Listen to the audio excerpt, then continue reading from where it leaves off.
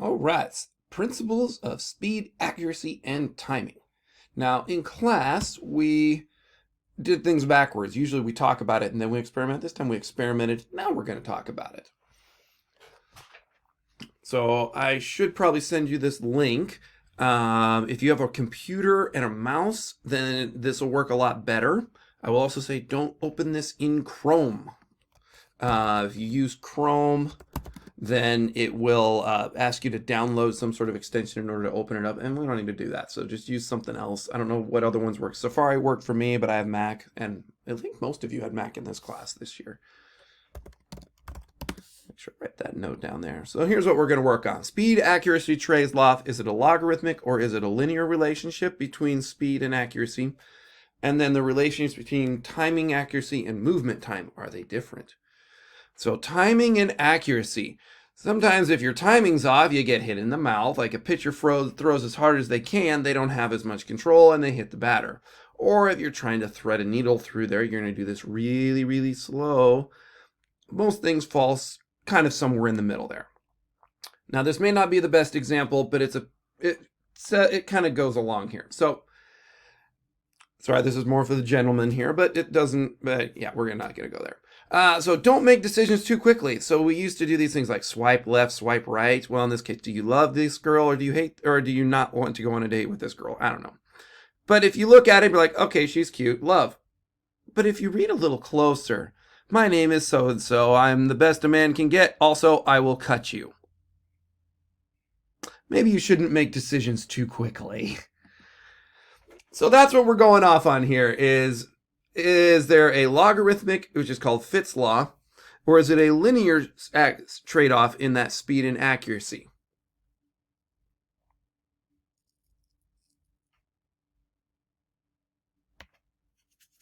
All right, so Paul Fitts is the one who came up with this. I have no idea if this is actually his picture or not, but it was done back in one of the world wars, so he was an army scientist that was coming up with this.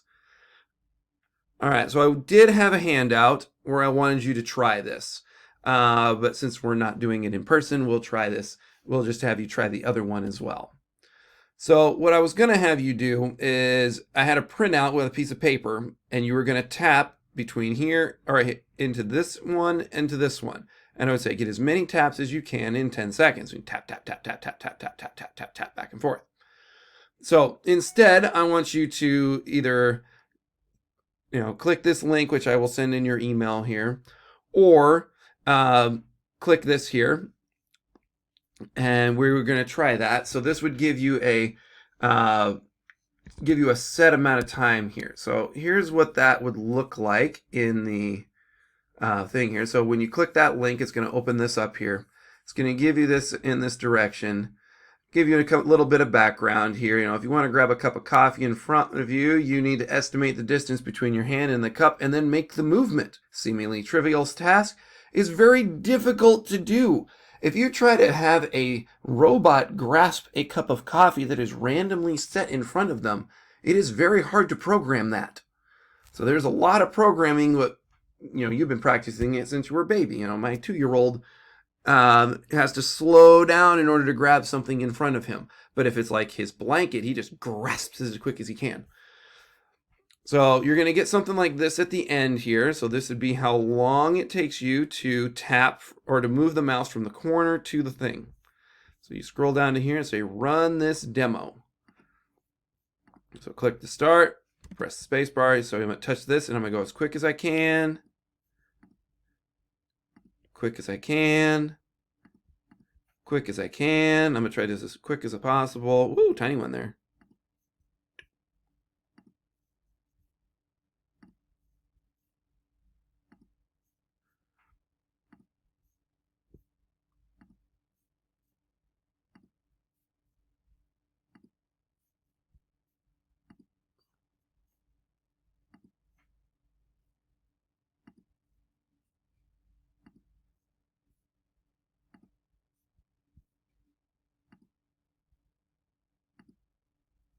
Ooh, another tiny one.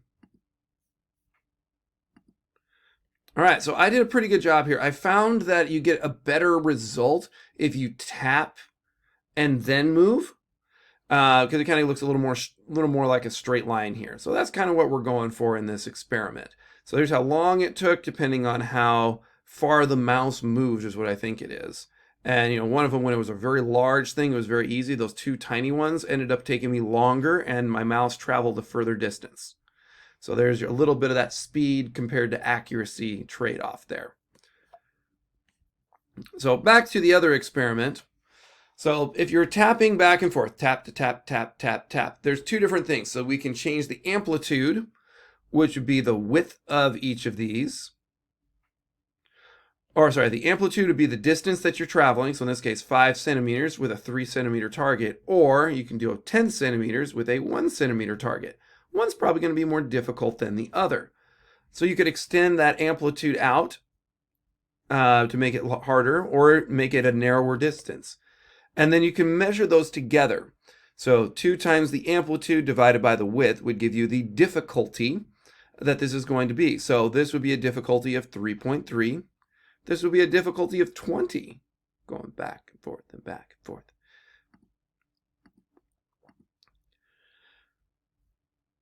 And so if you changed it a little bit, so we go to 2 here and to 4 here, would have a difficulty of 5. And this would also have a difficulty of 5. So there's some different parts there. So Fitts' law states that movement time is consistent with whatever ratio of the movement of amplitude to the target width. And the movement time is, so it says, will increase as the amplitude and width increase by making either amplitude longer or the width smaller, or both. And what they think here is that the independent and dependent variables, so as you change the amplitude and width, the movement time should go up. So if it's 2 inches and you're going to a 2-inch thing, it's going to have a difficulty and you're going to be able to move a lot quicker. Now if you have a 16-inch one, so larger than a piece of paper with a 0.25 width, you're going to take almost 3/4 of a second for each tap. So it would slow you down. Now the easiest movement would be right next to each other. That was the first one here that was on this graph. Let me back up here. So this first one, a 2-inch amplitude by 2-inch width, would give you them right next to each other. The hardest movement would be 16 inches apart with a 1/4 inch dot. And there's ways to do this electronically where it would actually keep track of the distance or the time in between each tap. And here's what that goal would end up looking like. So the movement time is going to increase compared to the difficulty that we had on the bottom here. So there is a little math that goes with it. So moving time is going to be A and B would be the y-intercept and slope respectively. So y equals mx plus b. Yeah, that kind of thing. Oh yeah, we're doing math today. Sorry. The term logarithm of 2, so log 2 of 2aw, is referred to as the index of difficulty. So movement time is literally related to the index of difficulty, is what they're saying. I know it's math and it might not be scary. So what power of 2 is, sorry, I used to be a math teacher, side note. What power of 2 equals 8? Well, that would be 2 times 2 times 2. So what exponents 2 to the third equals 8? So you'd be log 2 would be what power of 2 equals 8? 3. And so that's how they get that.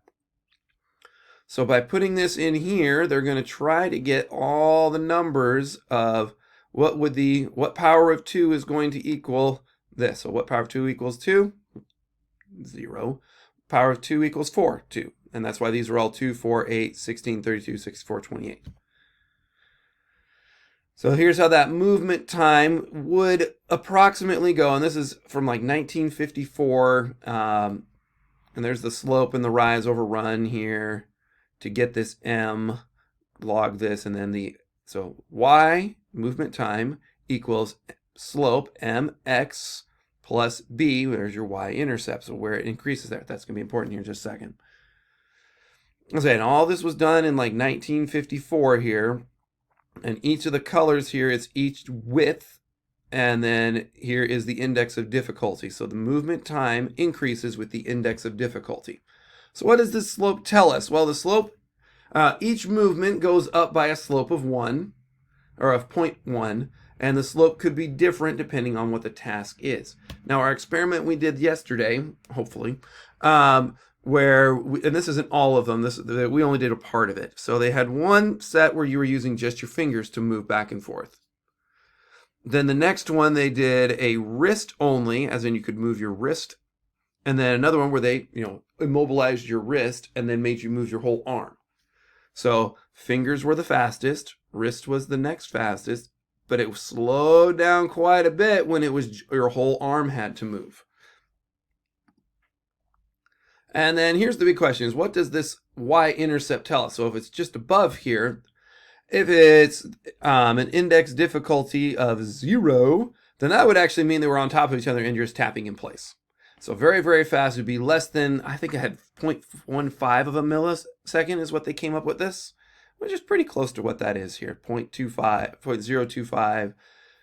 But you basically, how fast can you tap in one place? So we see this in several different places.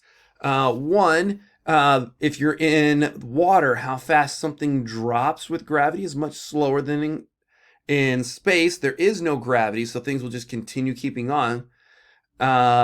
In a surgery of some sort where they're doing arthroscopic surgery, that's what they did on my ankle and on my knee. The other one is they talk about video games having a physics engine. So they actually use Fitts' law to have a physics engine of how things drop and what gravity looks like and how quick things. So like, I'm an Overwatch player, and there's some things that they call a hit scan. So immediately when you click, the bullet hits the thing. But there's other ones that it has travel time. And in those games, there's actually, you have to aim above your target because gravity is going to make it slow down and drop. And that's a physics engine that uses Fitts' law. Now, there are a few exceptions to this. So one is if it has a negative movement time. Well, you can't have a negative movement time. So how fast can you tap up and down? Well, no, it can't be. That would mean your mouse isn't moving. So if that happens in your experiment, like the slope ends up going to a negative number, that means that something was wrong in your experiment. There could be a very small index of difficulty. So it's very easy movements that don't predict very well. So like they're just right next to each other. And then you just have too many things. The third one, it would be, if we notice in some of our things back here, let me scoot back here. Notice that this line doesn't exactly fit. This one's a little higher, and then some of these go lower, and then it comes back to higher again. The line doesn't really quite fit the data here, and even in this one, starts above, goes below, comes back above. So a possible exception for those two is we actually make this a logarithmic thing here. And what this has on here is that this would make a 96% variable, and this would be 95. But we also know that neither of these are exactly how the brain works. So they tried to do a specific exception here. Is instead of tapping from here to here to here, they gave placeholders. So these would be 1 centimeter boxes, and they would have them say, now go from here to here. And what they noticed was they put them closer together. So the index of difficulty here and the movement time, depending on how far apart they are. Well, normally our experiment showed that it would just continue going up and across the line here. So everything kept up. There were no major exceptions. But when they put this placeholders here, something interesting happened. As they were going to the first placeholder, the next placeholder went above. So they actually got really good at the third one. So to the third. And what got really interesting is at number 6 and number 7, it goes way down. It changes from what Fitts' law says. When they have another visual frame of reference, it breaks Fitts' law. So they call that frame of reference. So they have the representation of yourself to an object would be an egocentric, and then an allocentric would be towards something else. So your brain codes these, both of these occur and your brain codes them both. So what they're saying here is you are egocentric, as in you to the target, is what you're doing from here, and then you're allocentric when there's placeholders here, and that can make this experiment go different. All right, so that was the end of this was a 2-day lecture before, but we're just going to keep going here since we've actually made pretty good time since we didn't take time to do the experiments. All right, so we're still going on these two here. So we talked about so now we're going to go towards the linear side rather than the logarithmic side. So a linear speed accuracy would have, like, we start here, and then how fast can you tap this one? So the farther it goes, and then you'd have a movement timing goal. So the researchers said, we'll give the feedback, and on it if they were too quick or too slow. So they say start here and go. Too fast, too slow. And they would give them a thing there. So in about 10 trials, most people can get the timing of that speed that they want them to go. So rather than it having an amplitude or a movement time goal now, or rather than having a how fast can you do it, now you start over here and then how fast can you tap the other one. Musicians are really good at this, hitting things on the beat. Dancers are also really good at hitting things on the beat like this. In sports, you get on a spot in time, catching a baseball in the outfield, all has timing that goes with it. You know, when to lift your hand to catch the ball. Now, a linear speed accuracy trade-off. So the accuracy is measured more on a dot rather than a width, so that it can marry the variable error. So the circle on the right. So you start on the left, and they say tap over here, and they want to see how close can you get to this one on this movement timing goal. So tap, tap. So and they tell them too fast or too slow. So they measured the variable error. So a small variable would have looked like this, a medium would have looked like this, and a large would have looked much further. So the prediction was that when the movement speed decreased from 200 milliseconds to 400 milliseconds, so 0.4, 0.2 of a second, what happens to the variable error? I mean, you would think that it would have a bigger error the faster you have them move.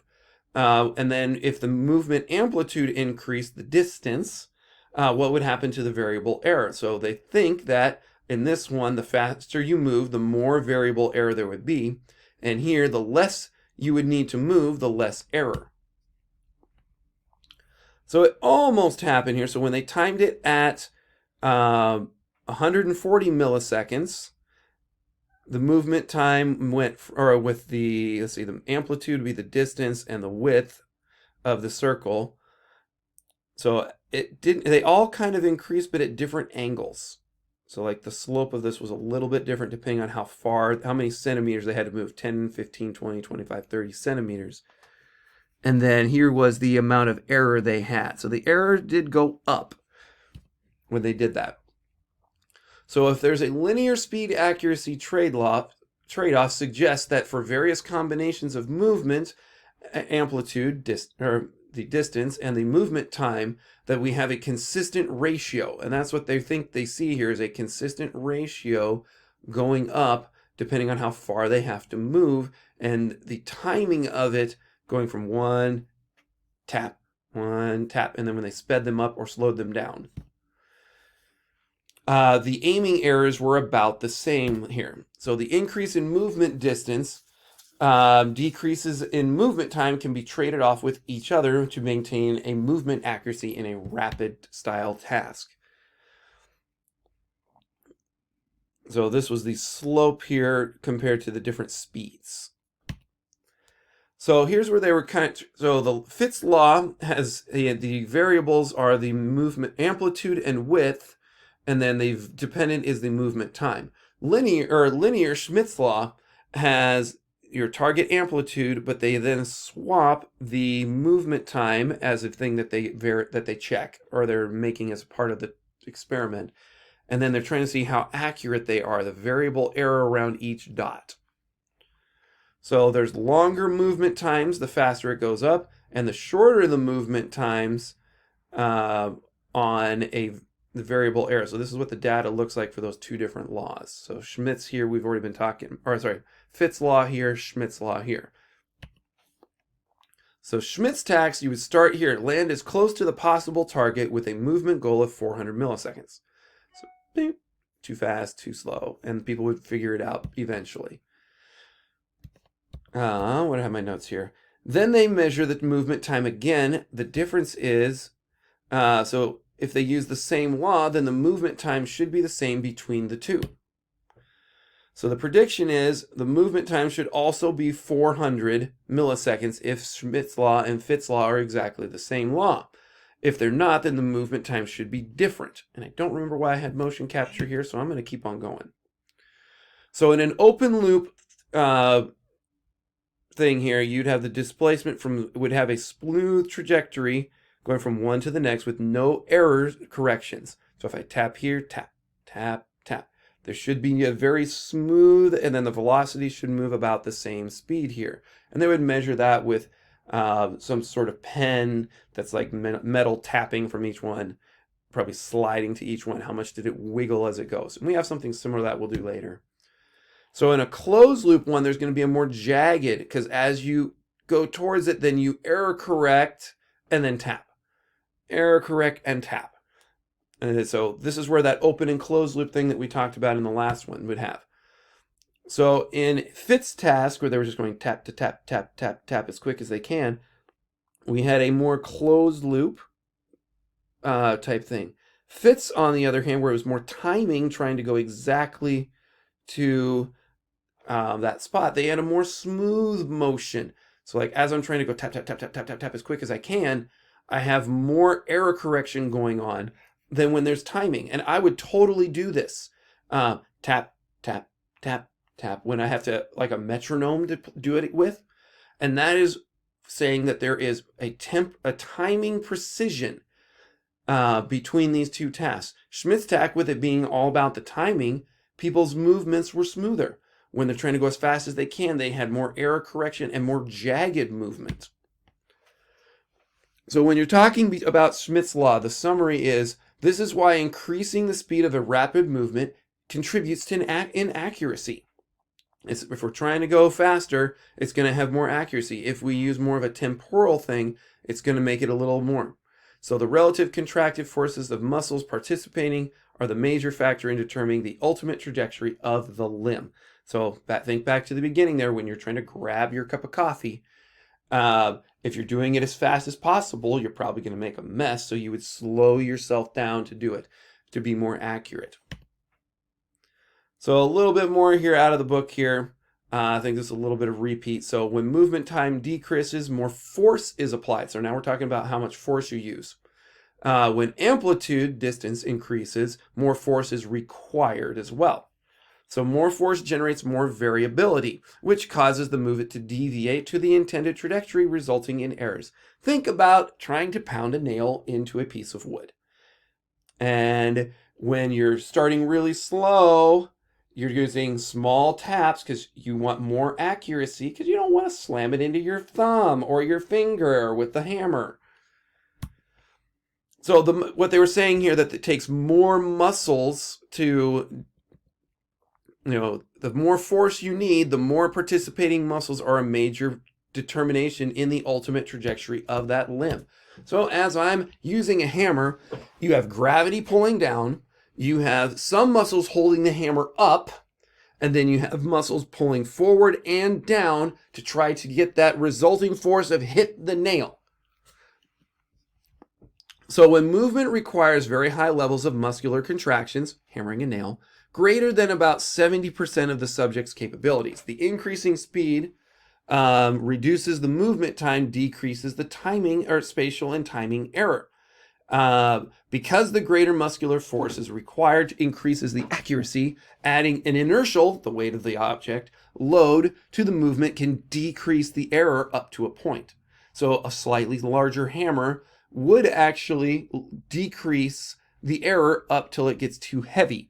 I find this in splitting wood. If you have just a regular axe, you can be pretty accurate, but you don't get much force.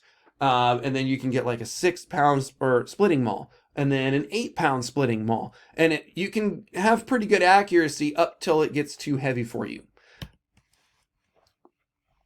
And there is a little bit of an inverted U relationship. Remember that, the more hyped up you are, the amount of arousal, the more you can eventually get too much.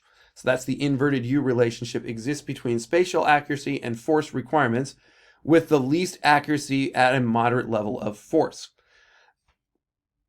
The other way to think of this is when you're swinging a hammer, you start out with little tiny forces, and as you get a rhythm, you take your guide hand off, and then you can tap, tap, tap, tap, tap, tap to pass it in, and you get harder and harder and more accurate the more the timing goes. So that's what they're saying here, is that the timing accuracy, the spatial accuracy and force requirement with the least accuracy at a moderate level of force. So you notice how you hit harder and harder, and then if you hit too hard, you miss. And so you have to find that spot that you can hit the hammer with the most amount of force without missing.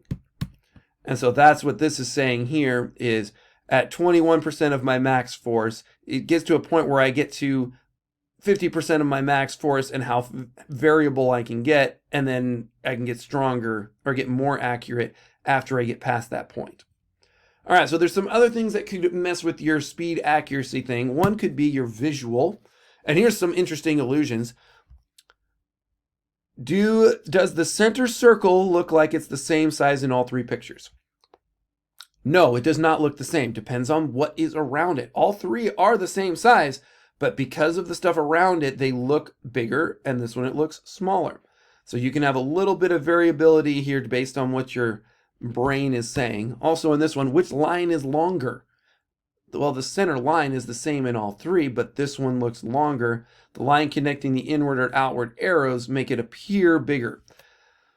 So when aiming at targets, such as throwing darts, or putting in a golf ball towards a hole, or kicking a soccer ball towards the goal, we can greatly be influenced by the visual environment. So the big question is, are these speed accuracy trade-offs when it comes to your brain and visual thing? So they say it depends. So it could be a yes, because the actual target's dimensions do not predict the observed outcomes. And maybe no, because the errors are influenced by manners of perception to the targets. So you've heard like Tiger Woods when he was putting, I remember him getting like LASIK surgery on his eyes. He's like, wow, the hole looks bigger now. And we're like, great, that's all we need is Tiger Woods to have his target look bigger than it was before. All right, so we did kind of talk about timing already. So when skills are purely timing goals, it seems to follow a somewhat different principle than when they have a spatial goal. So decreasing the movement time, so those are the two different experiences, trying to tap on a timing or trying to tap as fast as you can. So decreasing the movement time has the effect of decreasing timing errors for the skills when temporal are the goals, making the movements more accurate in time, not less. So here's what that would look like on here. So as the ball leaves the pitcher's hand, batter's decision time ends after about a minute or in about 150 milliseconds. The swing begins, and we had a really good video about this on Sports Science the other day. So this should all be kind of close to that. How long it takes for the pitch to get there, when the swing has to begin, and the ball arrives at the plate. And if you have a slower swing or a faster pitch. And this would say the movement time variability versus the average movement time. So the average would be here, and then taps here. Last little thing here, the gunslinger effect, as in when you've got two people, they used to call it, a standoff where two people were, whoever draws first. So that gunslinger effect, so when a participant moves first, they did move more slowly than they did if they were reacting to their opponent who had to move first.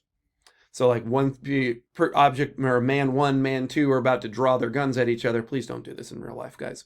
But one of them, when they move first, they actually move slower than if they're reacting to the other person. So especially when the kinematics, the muscles, are at peak velocity and the time to reach that peak velocity are measured. So perhaps there are different neural mechanisms for self-initiated or reactive movements.